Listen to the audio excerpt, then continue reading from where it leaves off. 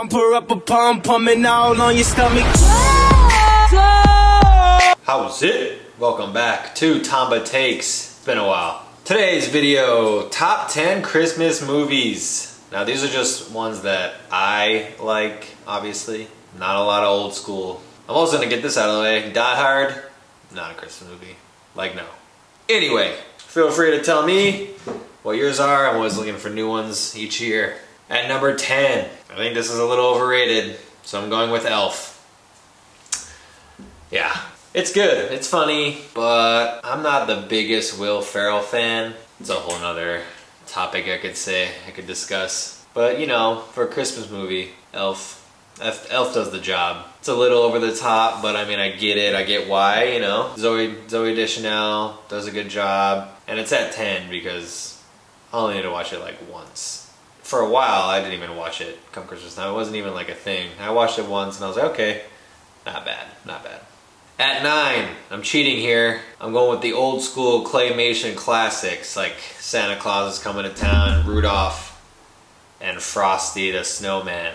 I grew up watching those as a kid. I gotta watch them at least once. Kind of tough to kind of get through now. Maybe when I have kids, I'll get more into it with that. Number 8, Jingle All the Way, Mr. Schwarzenegger. Again, this movie isn't the greatest either, but I think it came out in 95, 96, so I was 7 or 8 at the time, maybe 9. And I mean, it has some funny parts. Sinbad's in it. Long lost Sinbad, I haven't seen that guy in a while. But he's funny in it, as the mailman. And there's just like little one-liners here and there that I always find pretty funny. Each Christmas time comes along. It's good. It's for the family, as all Christmas movies are. So that is number 8. Number 7, It's a Wonderful Life. Not a fan as a child of this movie. It was a big hit with my mom, so she likes to watch it every year. As I've gotten older, I've kind of learned to enjoy it a little more because of the adult theming behind it. Good message, obviously. So it's a good one for the family. Start them young when you watch that. Number 6 is Fred Claus. It's a little more of an adult-themed Christmas movie. I think it's still PG. Same kind of message in the end. Try to be wholesome. Fred Claus, played by Vince Vaughn, is Santa's brother. He's not the best, but he comes to the North Pole and kind of gets the workshop going. He spices up all the elves and stuff. It's a good time. It's a good time. Vince Vaughn has his funny one-liners. Number 5 is the Santa Claus 2. 3 is not on here because 3 sucks. 2 isn't the best either, but I don't know, I always just really enjoy watching it. I think when it first came out, it had been 8 years since the first one. I think I was, let's see, it came out in 2002, so I was like a freshman or sophomore in high school. And I don't know, I just really like it.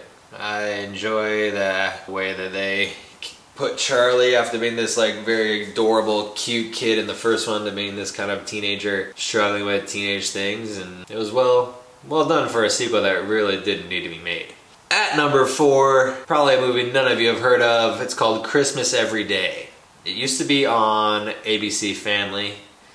It would air like once or twice in the 25 Days of Christmas. I don't think it's on anymore. You can find it on YouTube though, so I always watch it on YouTube. This was a favorite of mine as a kid. It has Eric Von Detten in it, who, if you don't know who he is, if you know Brink, he's the main dude in Brink. And if you don't know Brink, then you're probably too fucking young to know what I'm talking about. Anyway, you know, it's just like your Groundhog's Day, and he relives Christmas every day until he gets it right. And it's pretty poor. Watching it over as an adult, you know, the acting is kind of lame and whatnot. There's a basketball scene, and it's just tough. It's tough to watch. Like as a kid, I kind of look past that. But as you get older, you know, you notice things. You watch it over and over again.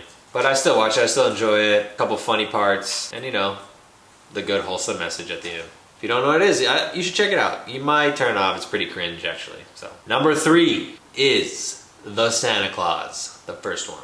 You know, it's perfect Christmas movie. Hour and a half. Gets right to the point, good message, it's funny. There's really not much else to say. I came out when I was, you know, 6 or 7. I watch it every year. It might be the first one I always watch because I like to save my first 2. Speaking of number 2, that's gonna be Home Alone. The first Home Alone. If you don't like Home Alone, get out. get out of here now. The first one is great, obviously, with the traps at the end. Good message, again. You know, these are Christmas movies. And I remember being scared of the basement like Kevin was when I was a kid. It's just Home Alone is a classic. You gotta watch Home Alone. You gotta show your kids Home Alone. It's almost perfect.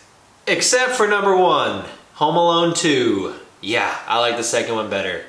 I think the ending with the traps, the makeshift traps in that abandoned building, are hilarious. The brick scene might be my favorite scene of all.